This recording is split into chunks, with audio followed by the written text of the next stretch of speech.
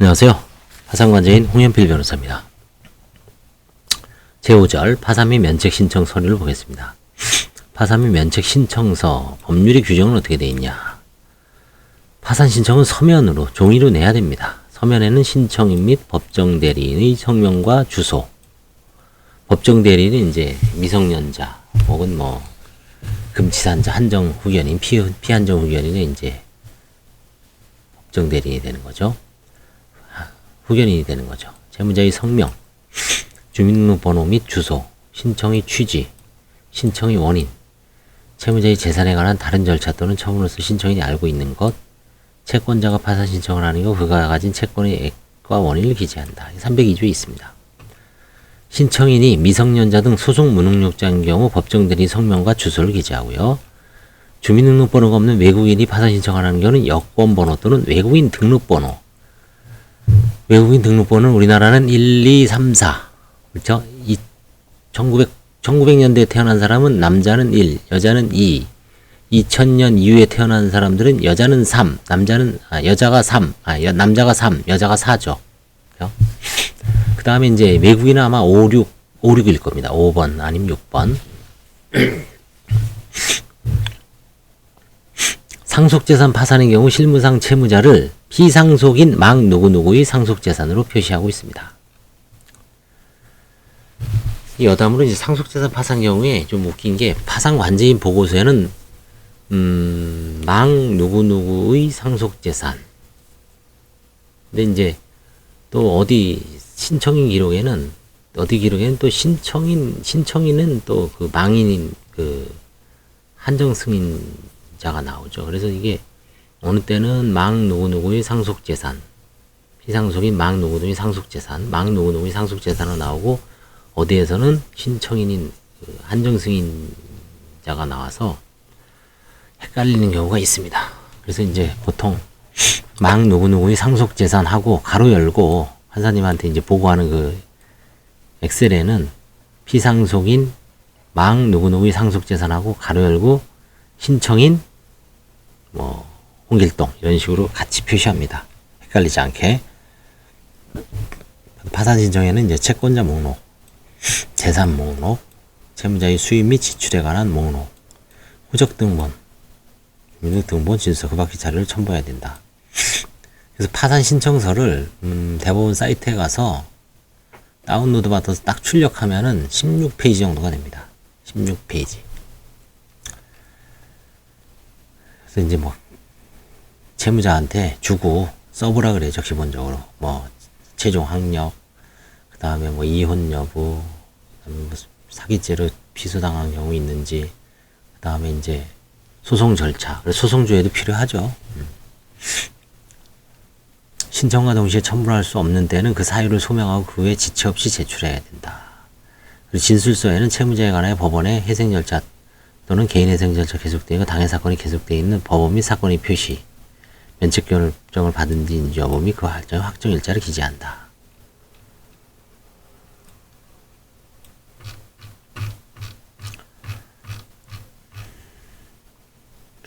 실무상 파산 신청서 양식은 정형화된 서식을 이용하고 있습니다. 법원에 가서 파산 면책 신청서를 다운로드 받으면 되죠. 뭐 거기에 이제 가족관계증명서, 혼인관계증명서, 주시오 내역이 변동이 포함된 주민등록번호과 초본을 첨부하고 진술서 내고요.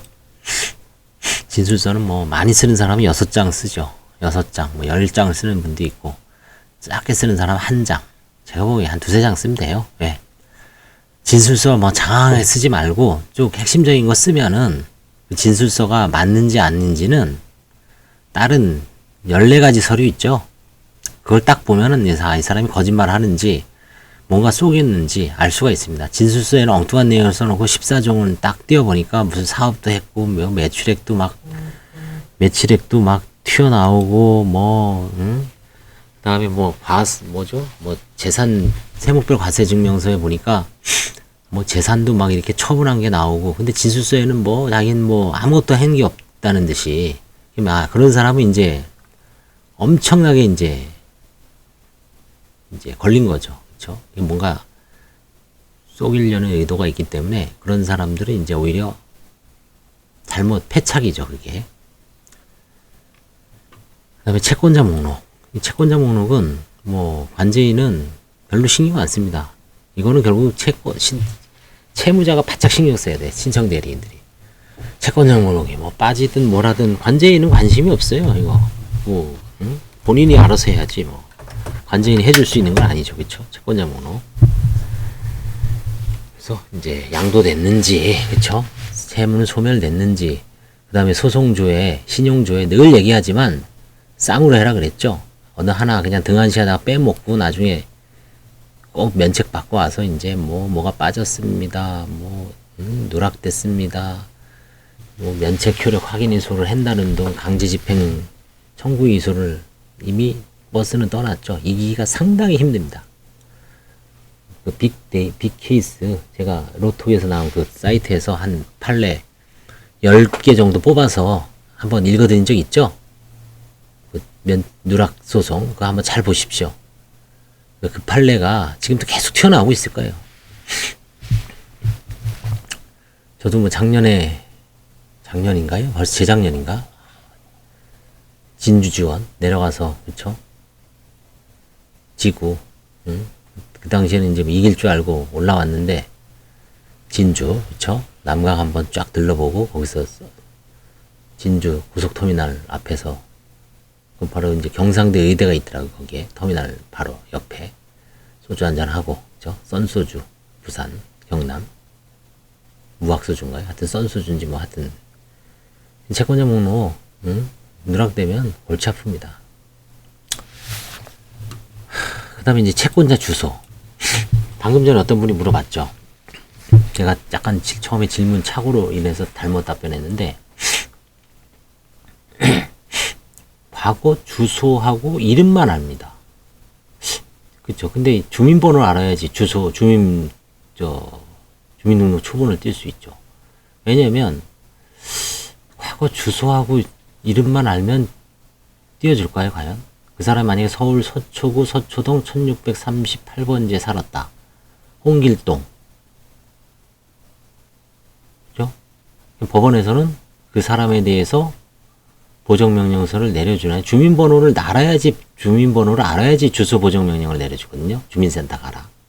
주민번호가 안 나오고 그냥 홍길동이 서초구 서초동 1683번지에 과거에 살았는데 이 사람이 현재 그럼 왜냐면은 우리나라는 이 동명이인도 많죠. 근데 이제 사실은 어떻게 보면 그 주소에 홍길동이라는 사람이 여러 사람이 살 가능성은 없죠. 이런 경우는 저도 자신이 없는데 일단은 판사가 주민번호가 안 나오면 보정명령서를 안 내려줄 가능성이 있습니다. 자, 그러면 어떻게 하냐? 휴대폰 번호 알면 이동통신 74에 이제 조회를 하면 될 테고 옛날에 이동통신 3사였는데 지금은 알뜰폰 시장이 활성화되어 있어서 이번에 선거 때 그랬죠. 우리나라 휴대전화의 10%가 알뜰폰이다. 알뜰폰의 문제점은 그 여론조사에 포함 안 된다 그랬죠. 그래서 이게 어떤 여론 왜곡시킬 수도 있다. 그렇죠. 이번에 뭐 0.7% 났지만 알뜰폰 문제는 아니지만 뭔가 좀 전통적인 어떤 여론조사하고는 상당히 많이 차이가 나죠. 그런 요인도 있을 수가 있습니다. 휴대전화의 10%잖아요, 10%. 그리고 알뜰폰 쓰는 분들은 뭔가가 이제 뭐 경제적으로 어려우신 분도 있을 테고, 신용불량자가 돼서 기존 폰을 못 쓰는 분도 있을 테고, 뭔가 사회 경제적으로 보면 뭔가 좀, 그렇죠? 전형 이탈되어 있는 분들이죠. 그렇죠? 그래서 제가 보기에는 하여튼 알뜰폰을 쓰는 분들도 많고, 그래서 채권자 주소에서 과거 이름하고 주민번호, 이제 예금계좌, 뭐 과세정보, 사업자 등록번호죠. 그 다음에 휴대전화. 이걸 알 수가 없을 때는 제가 역으로 생각하는 거는 과감하게 과거 주소하고 주민번호 모르죠. 과거 주소하고 그 주소에 홍길동이라는 사람이 살았는데 그 사람의 주민번호를 사실조회하는 거예요. 어디다가? 과거 주소지, 주민센터에. 그러면 아마 올 것 같은데요. 그러면 이제 그때부터 이제 주민번호가 나오니까 판사는 보정명령서를 내려줄 수 있죠. 그렇죠? 이게 제가 변호사 처음 되고서 옛날에 아마 2000년도인가 2001년도에 그런 방법으로 사실조회를 해서 공시송달을 받은 적이 있습니다.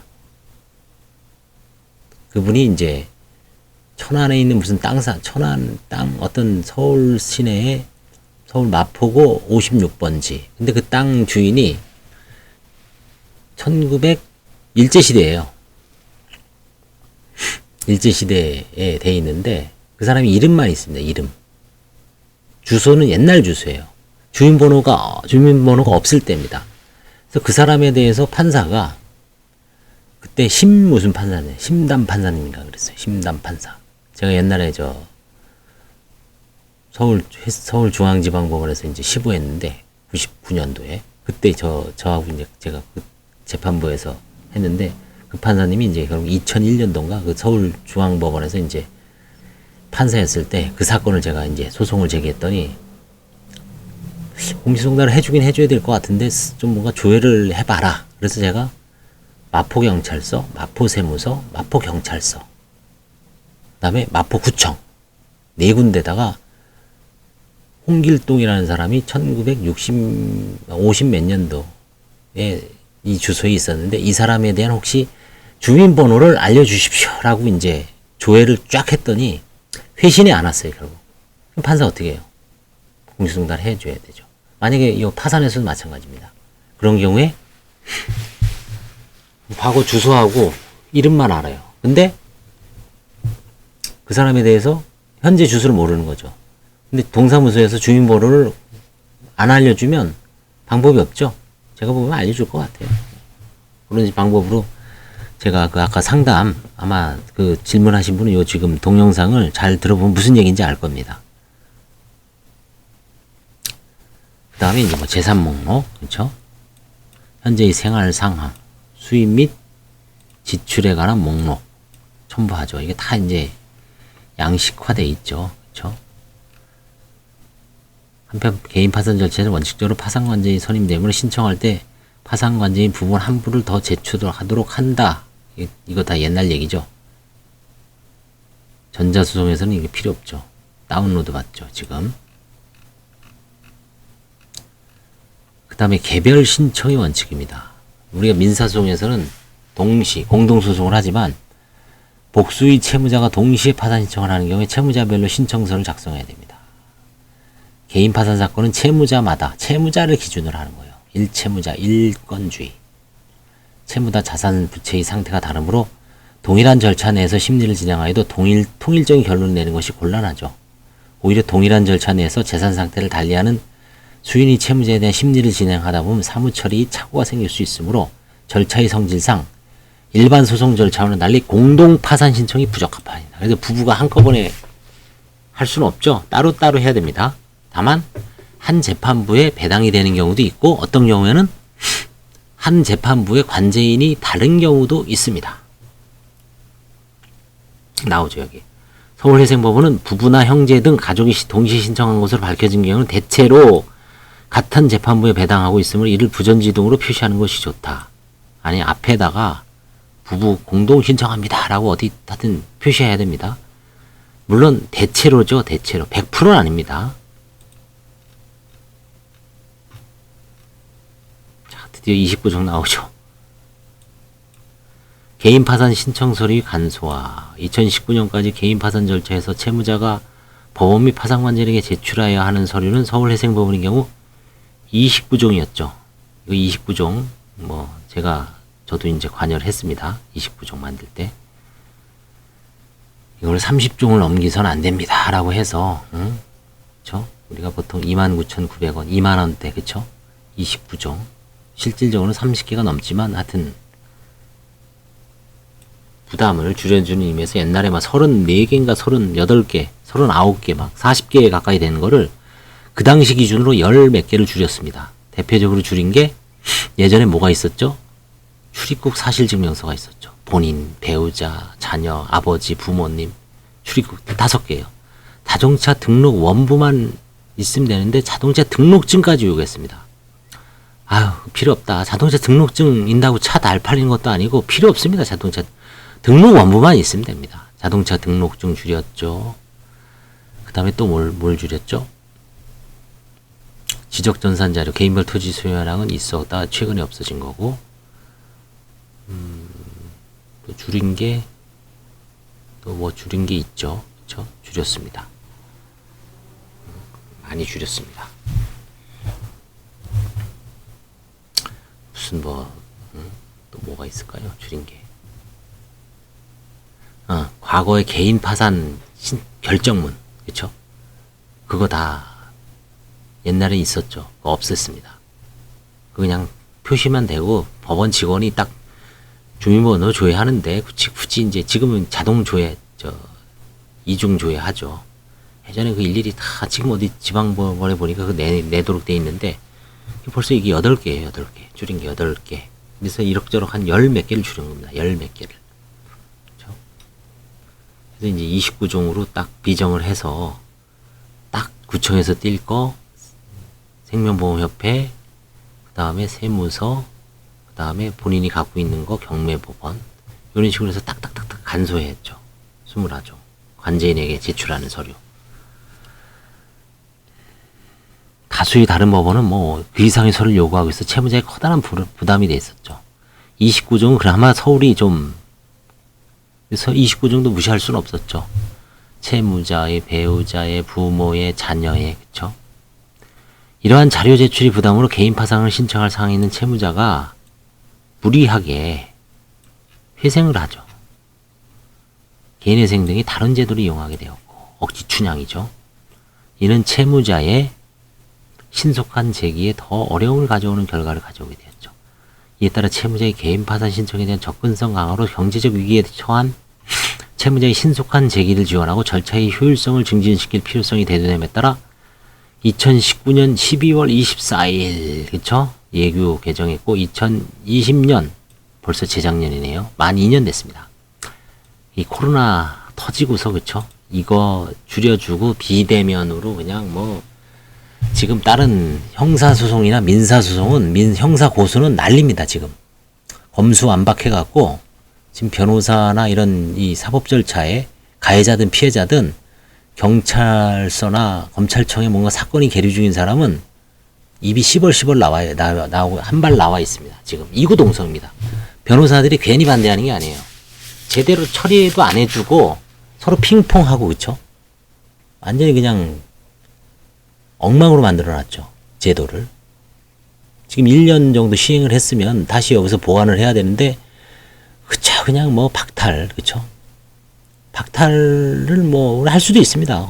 검찰이 뭐 그동안 사실 뭐 여러 가지 눈에 보이는 뻔한 짓을 너무 많이 했죠. 그쵸? 그래서 상당수의 국민들은 이번에 아마 검수완박에 대해서 박수를 보내는 분들도 꽤 있어요. 사실은. 그렇지만 뭔가 대안. 그래서 개인 파산, 다른 민사나 형사소송, 고소사건은 이게 지금 뭐 난리가 났습니다. 근데 개인 파산만큼은 역으로 14개로 줄였죠. 여기. 그쵸? 여기 14종. 그쵸? 표준 양식 14개. 그쵸? 이 14종에서 아유, 채무자 거만 하자. 배부자라 그랬죠. 배부자. 배부자 거 다 컷. 배우자, 부모, 자녀 거 일단은 컷. 관제인이 요청하는 경우에는 일일이 적어라. 그렇죠? 개인별 토지 현황, 지적전산 자료도 없앴죠. 서울에서는. 그거 뭐 세무표 가져주면서 추적하면 다 나오는데, 그쵸? 아, 8억구나. 아, 지금은 없어졌구나. 근데 뭐 다시 또 필요가 없죠. 상속사건에서 혹시 모를까. 그쵸? 근데도 뭐 어떤 관제인들 계속 또 요구하는 사람이 있어요, 그거. 멍청한 짓이죠, 사실. 귀찮은 거죠, 그냥. 에이, 뭐. 딱 있으면 눈에 확 띄니까. 그래서 이제 사실 이 14종은 그 노련한 관제인, 조사에 대해서 상당히 훈련된 관제인을 요구하는 겁니다, 사실. 이 14종으로 딱 해서 만약에 로스쿨 나와서 3년차, 1, 2년차 변호사가 딱 하면은 시야가 좁아지는 경우도 있죠, 일단은. 우리는 옛날에 49종 때부터 그 서류를 이렇게 살피다가 서서히 훈련을 하면서 줄여왔죠. 노련해졌죠. 그리고 내 머릿속에는 그 조사의 어떤 노하우라든가, 아, 이 사람이 뭔가 그 노련함이 내 머릿속, 노하우는 내 몸엔 체득돼 있지만 일반 국민들이 14개를 해도 난 자신 있다. 그쵸? 발견할 자신이 있어요. 어서 빼돌리는 그 흐름을 싹 알고 있습니다. 근데 14개를 딱 줄이는 걸 갖고 지금 현재 로스쿨 나오는 학생들이 딱 바로 하면 시야가 좁아져 있죠. 그렇죠?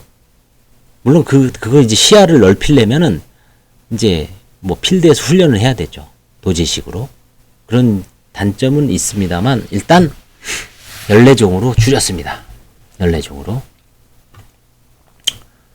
배우자, 부모, 자녀 거 줄인 거죠, 결국. 그쵸? 여기 있죠? 배부자. 그쵸? 이걸 제가 배부자라 그랬는데, 배부자. 그쵸? 배부자에 대한 자료 제출 부담에서 벗어나게 되었고, 그쵸? 그래서 각 법원이 파산 선고 채무자량은 파산관계에게 일률적으로 별도의 자료를 제출하도록 기존의 실무 운영 방식을 중단할 수 있는 기초가 마련되었고, 그쵸? 이제, 일률적으로 각종 자료를 요구하는 기존의 실무 운영 방식을 중단했습니다. 그쵸? 지금은 저는 무조건 14개만 기준으로 합니다. 14개를 딱 기준으로 해서, 이제 필요한 거, 거기서 이제 범위를 쭉 넓혀가는 거죠. 뭐, 16년 했기 때문에, 그쵸?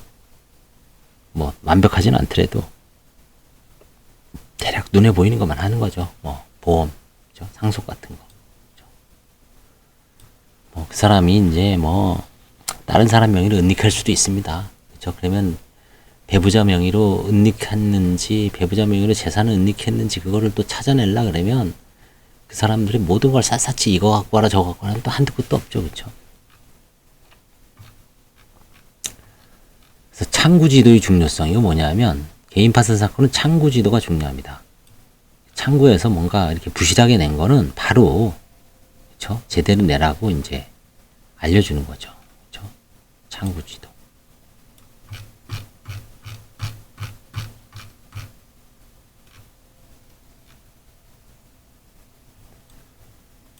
창구지도를 활성화하고 있다. 그쵸? 서면 신청을 하도록.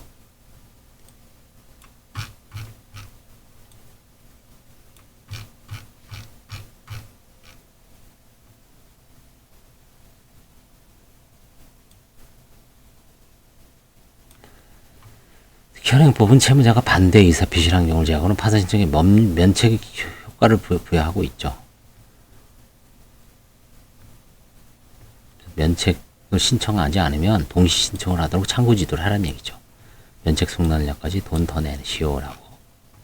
신청서와 함께 제출하는 각종 양식의 채권자의 성명과 주소, 채무 발생일, 채무액, 사용처, 보증인. 이게 사실은 쉽지 않았습니다. 이게 변호사나 사무장이 오랜 경험 있는 사람이 딱딱딱 해야지 제대로 해요. 이거 더군다나 요즘은 엑셀로 하죠. 엑셀로. 그렇죠? 순이 엄마라 그러면 어떡합니까? 이거 순이 엄마. 그렇죠? 순이 엄마, 짱구 엄마. 그렇죠? 불가능해요. 이러면. 순이 엄마 일단은 신청서에 이렇게 내죠. 그리고 나중에 보정할 마음으로 순이 엄마는 옆집에 사는 뭐 슈퍼의 누구였는데 이제 이 사람이 주민번호나 예금 계좌번호, 그 다음에 아까 얘기했던 뭐 사업자 등록번호, 이 세 가지 외에는 없어요. 주민번호를 찾아내는 게 아무리 머리 굴려도 없어요. 뭐 자기가 갖고 있는 각서에 없으면 알 수 있는 공공기관은 휴대전화 개설해주는 이동통신 7사, 그렇죠? 이동통신사. 그 다음에 예금 계좌에는 당연히 주민번호가 따라 붙죠. 그 다음에 사업자 등록번호에도 사업자 등록증 여러분 잘 보십시오. 거기 주민번호가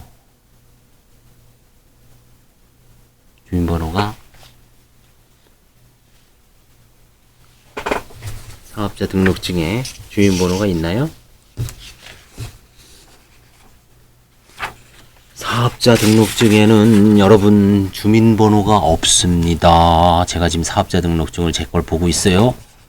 등록번호 214-03-45489 변호사 홍현필 법률사무소 홍현필 생년월일 1970년 1월 5일 땡 없습니다. 뒤에 번호 1268416 없습니다. 그렇죠? 개업연월일 2000년 5월 16일. 저도 벌써 22년째가 되는군요. 그 다음에 사업장 수재지 서울 서초구 서초대로 51길 25 802호. 그쵸? 사업자 등록증에 주민번호가 없어요. 그쵸? 그래서 제가 옛날에 네이버 초창기 활동할 때 사업자 등록증 절대로 믿지 마라. 사업자 등록증 그거 다 응? 나중에 보면 소송 못해요. 사업자 등록증은 찢어버리고 뭐를 요청하냐. 주민등록 초본을 첨부해라. 차라리. 개인사업의 경우에. 옛날 제가 2007년도 8년도 때 네이버에 10,000개 상담을 했어요. 제가 그때 10,000개 상담을 했는데 그때 그 기억납니다. 그러니까 지금 제가 사업자 등록을 확인해 보니까 없어요. 주민번호가. 생년월일만 나와요. 그렇죠? 그러니까 이럴 때는 어떻게 해야 돼요? 과세 정보, 사업자 등록을 관할하는 세무서에다가 홍연필이라는 사람이 1970년 1월 5일인데 이 사람 주민번호 알려주십시오. 나 이 사람 채권자인데 주소 보정해야겠습니다. 그렇죠? 사업자 등록증도 상당히 불완전한 자료지만 과세 정보. 그래서 이 보정명령, 그렇죠? 이게 보정명령으로 나중에 이제 골치 아파집니다. 부속서류, 그렇죠? 소명자들도 제대로 제출된지 확인해야 됩니다. 제3목록에는 자동차가 표시되어 있는데 등록 원부가 없어요. 보험 해약환급이 있다고 표시되어 있으면 보험회사 작성 예상환급금 증명서 내라 그랬죠? 안 내요. 부동산이 있다고 표시되어 있으면 등기부 내야죠. 그렇죠? 아니면 가액 확인서 내야 되는데 이런 걸 사실 창구 지도를 아무리 해도 그렇죠? 보정명령을 안 내지 말고 관제인 조사로 해결하는 게 낫죠. 그렇죠? 거부할 수는 없습니다. 더군다나 요즘 인터넷으로 쑤셔박죠. 그러니까 뭐 방법이 없죠. 그렇죠? 그래서 이번 시간에는 여기까지 하겠습니다. 그 파산 신청서의 어떤 이제 간소화의 역사와 창구지도는 별로 중요하지 않습니다. 파산 관제인 간소화의 역사죠. 그렇죠? 네. 감사합니다.